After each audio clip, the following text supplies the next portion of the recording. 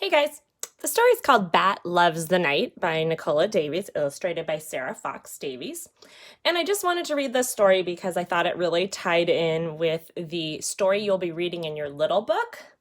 Okay, that's called Bats Did It First. So just kind of some more information about bats if it's something that's kind of interesting to you. I know it's a topic personally I actually don't know that much about, so I'm excited to read this book. First time I've read this book, but let's give it a try.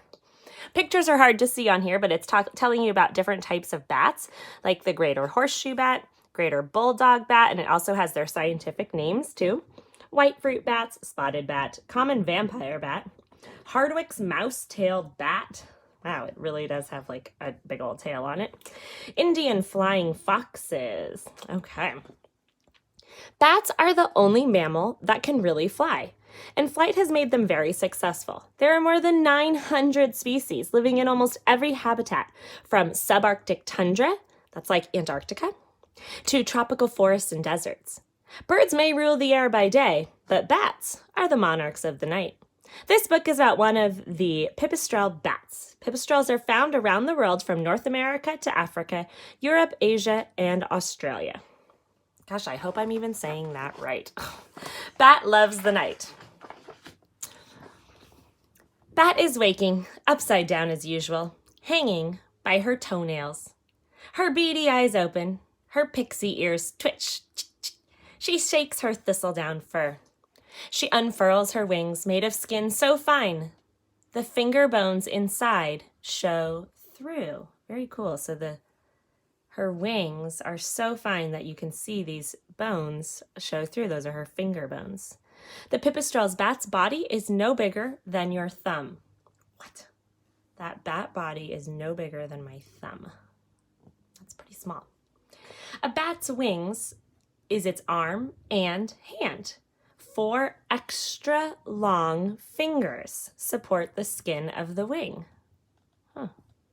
Oh wait, so this would be the arm, and then these are the 4 fingers. 1, 2, 3, and then there's one I think that we can't really see.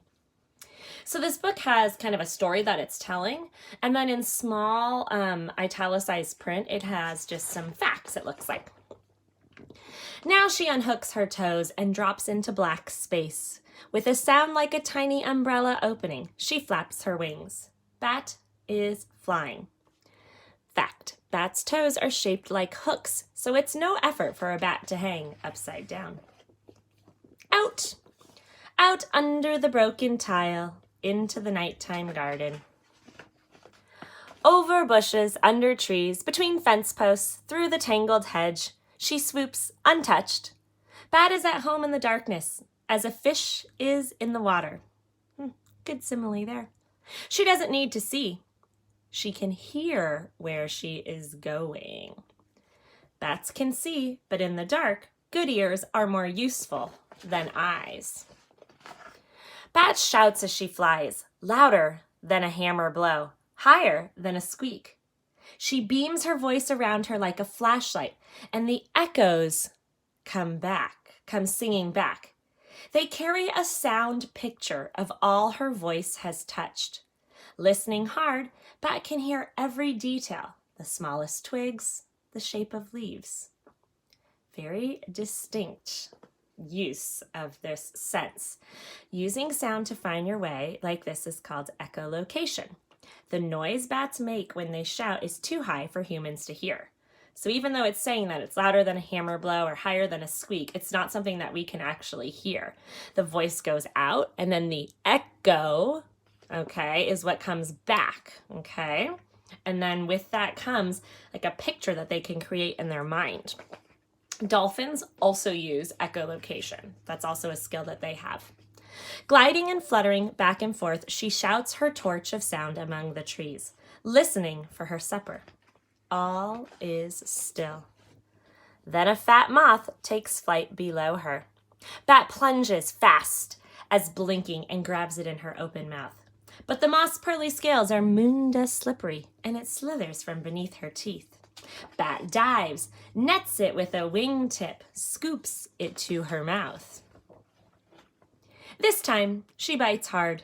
Its wings fall away, like the wrapper from a candy. In a moment, the moth is eaten. Bat sneezes. The dusty scales got up her nose. A bat can eat dozens of big moths in a single night, or thousands of tiny flies, gnats, and mosquitoes. Most species of bats eat insects, but there are some that eat fruit, fish, frogs, even blood. Hunting time has run out. The dark will soon be gone. In the east, the sky is getting light. It's past Bat's bedtime. She flies to the roof in the last shadows and swoops in under the broken tile. The place where bats sleep in the day is called a roost. It can be in a building, a cave, or a tree, so long as it's dry and safe. Inside there are squeakings. 50 hungry batlings hang in a huddle, hooked to a rafter by oversized feet. Bat lands and pushes in among them, toes first, upside down again. So we've got 50 batlings that are hungry too. They also are hooked. This is kind of interesting that maybe when they're young, their feet are actually quite large. So they'll grow into them, okay?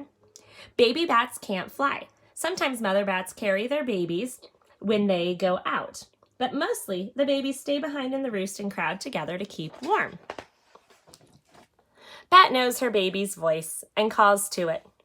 The velvet scrap batling climbs abroad and clings to Bat's fur by its coat hanger feet.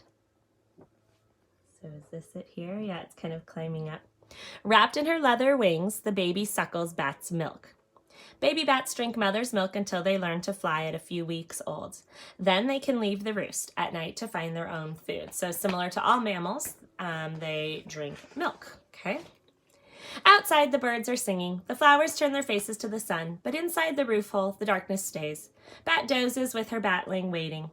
Bats are nocturnal. That means they rest by day and come out at night to search for food. When the tide of night rises again, Bat will awake and plunge into the darkness, shouting. Bat loves the night. Okay, so it just kind of a short little book. Oh, and this one on the back is called The Mexican Freetail Bat. So just a short little book, but I thought that it also kind of touched upon bats, and it touched upon, more importantly, that idea of echolocation.